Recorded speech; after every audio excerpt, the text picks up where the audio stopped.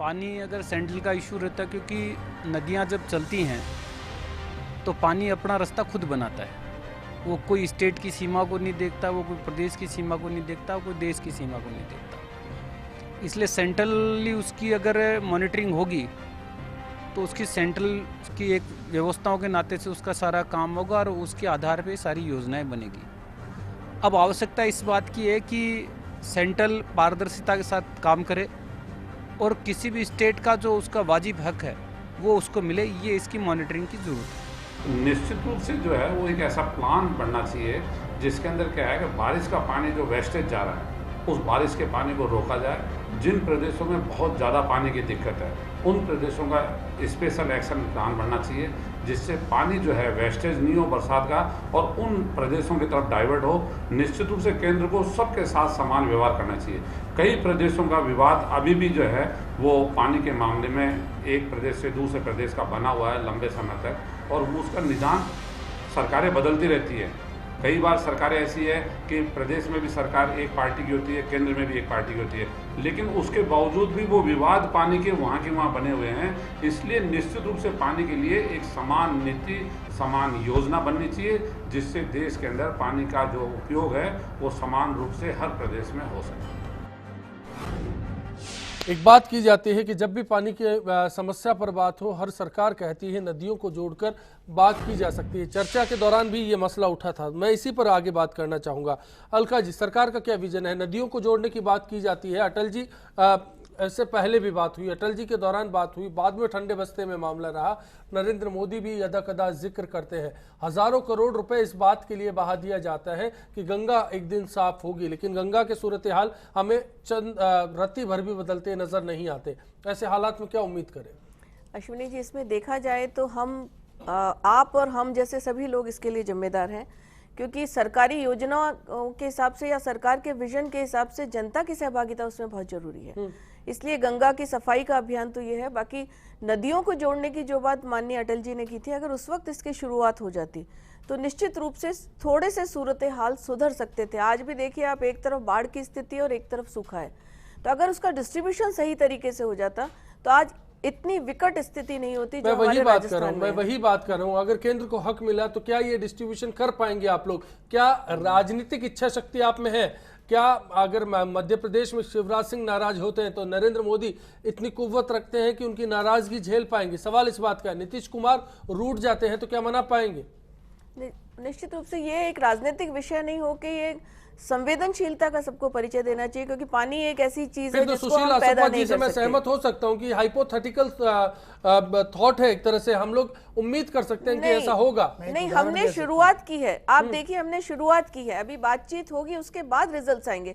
आज शुरुआत की गई है, उस कमेटी की एक रिपोर्ट आई है, उस पर डिस्कशन हो रहा है और शुरुआत एक तरह से हो गई है। हम शुरुआत होने के पहले से ही इसको हाइपोथेटिकल मान ले या ये मान ले कि जुमलेबाजी है, तो मुझे लगता है बहुत जल्दी में लिया गया निर्णय। बताइए आपकी बात। मैं इसका उदाहरण बताता हूं कि यूपीए, बिल्कुल नॉन पॉलिटिकल बात है, कांग्रेस का जो लास्ट पीरियड था 2013-14, उसमें मध्य प्रदेश और उत्तर प्रदेश की दो नदियों को जोड़ने में, दो नदियों का नाम भूल रहा हूँ, क्षमा करें मुझे, मैं आपको बता दूंगा।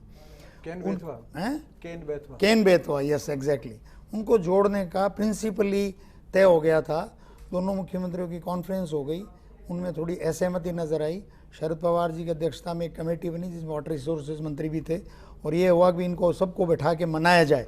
मतलब क्लिष्ट विषय है ना, मैं आपको ये एनलार्ज को, इसको आप कितना ही गुणा कर लो उतना होने वाला है, उदाहरण से बेहतर समझ सकते हैं। और अब 2 साल हो गए, केन बेतवा से झांसी का जो इलाका है जिसको बुंदेलखंड कहते हैं, उसको फायदा होने वाला, जो हमेशा मराठवाड़ा की तरह, विदर्भ की तरह अकालग्रस्त रहता है, अपने जैसलमेर की तरह, वो इलाका है जहाँ से केन बेतवा से को फायदा होने वाला है। अब मध्य प्रदेश की सरकार उस पर अड़ी हुई है, मान नहीं रही है।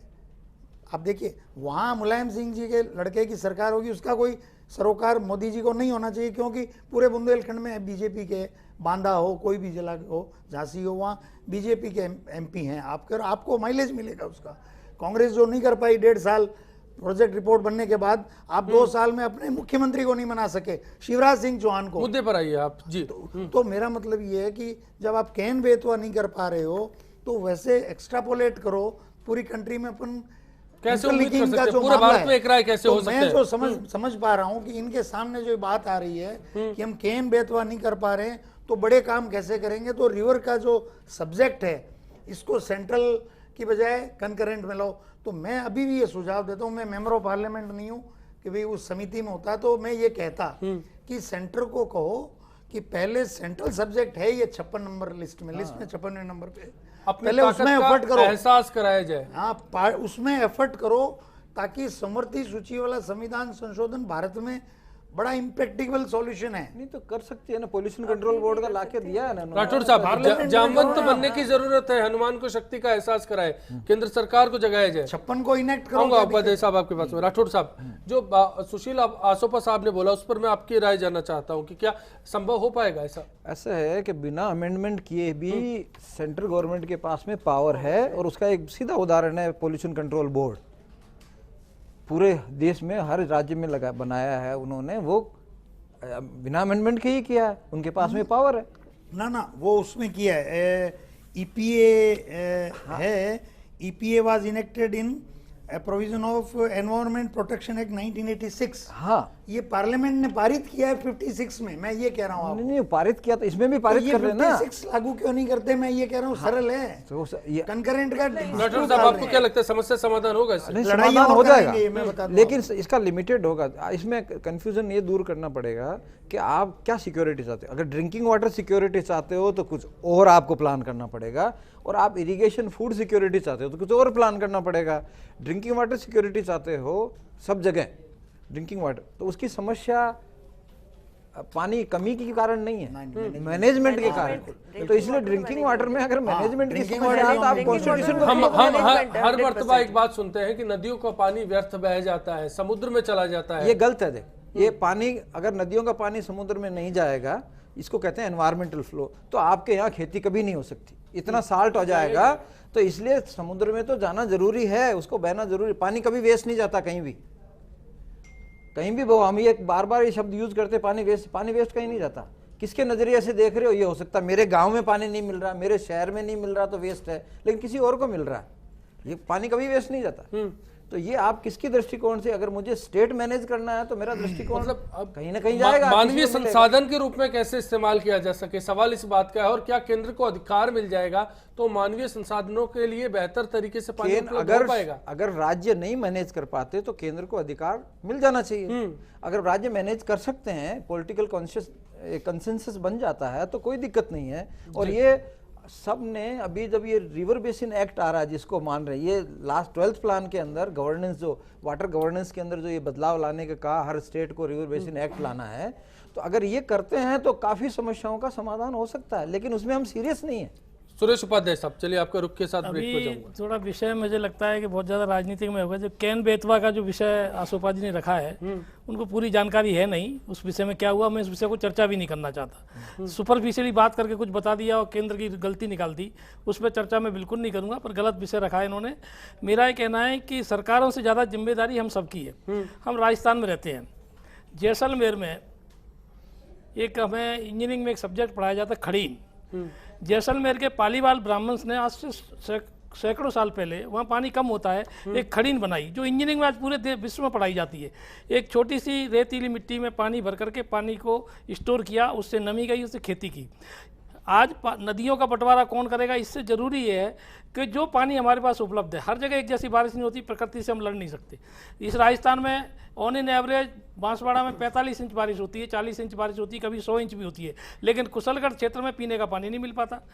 तो रेगिस्तान में ये प्रकृति का है, आप नहीं रोक सकते। लेकिन पानी की जो उपलब्धता उसको हम स्टोर कैसे करें, संरक्षित कैसे करें, ये मैनेजमेंट सरकार के साथ साथ पब्लिक का भी है। और राजस्थान तो श्रेष्ठ उदाहरण है कि खड़ीन पालीवाल ब्राह्मण के नाम से पढ़ाई जाती है। आज हमारे टाके, ये हमारे गांव किसी इंजीनियर ने, सरकार ने नहीं बनाए। तो हमको जितना पानी मिलता है उसकी कैसे स्टोर किया जाए और फिर उसका कैसे मैनेजमेंट किया जाए। पहले हर गांव में तालाब होता था, वो किसी सरकार ने नहीं बनाए।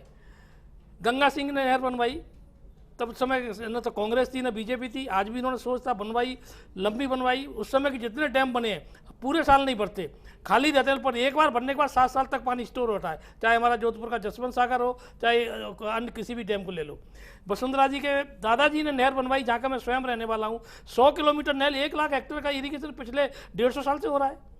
उस समय कौन सी सरकार थी? तो आपकी नियत और कंसेप्ट होना चाहिए। वो ये 5 साल की योजना नहीं है, ये सरकारों के बीच में लड़ना, इसका लड़ना फालतू की बातें हैं। इसके बारे में विचार करना चाहिए। 10 साल की, 20 साल की योजना बना राजस्थान करके। के लिहाज से बात कर सकते हैं। ब्रेक के बाद आखिरी दौर में जब लौटेंगे, मैं राजस्थान का हूँ, आप राजस्थान के हैं। अगर हमारे यहाँ पेयजल की समस्या है, अगर हमारे यहाँ सिंचाई के पानी की समस्या है, अगर हमारे यहाँ किसी नहर को लेकर रोज मसला बनता है, तो ऐसे हालात में समाधान क्या हो सकता है और केंद्र के जरिए क्या समाधान निकाला जा सकता है? ब्रेक के बाद।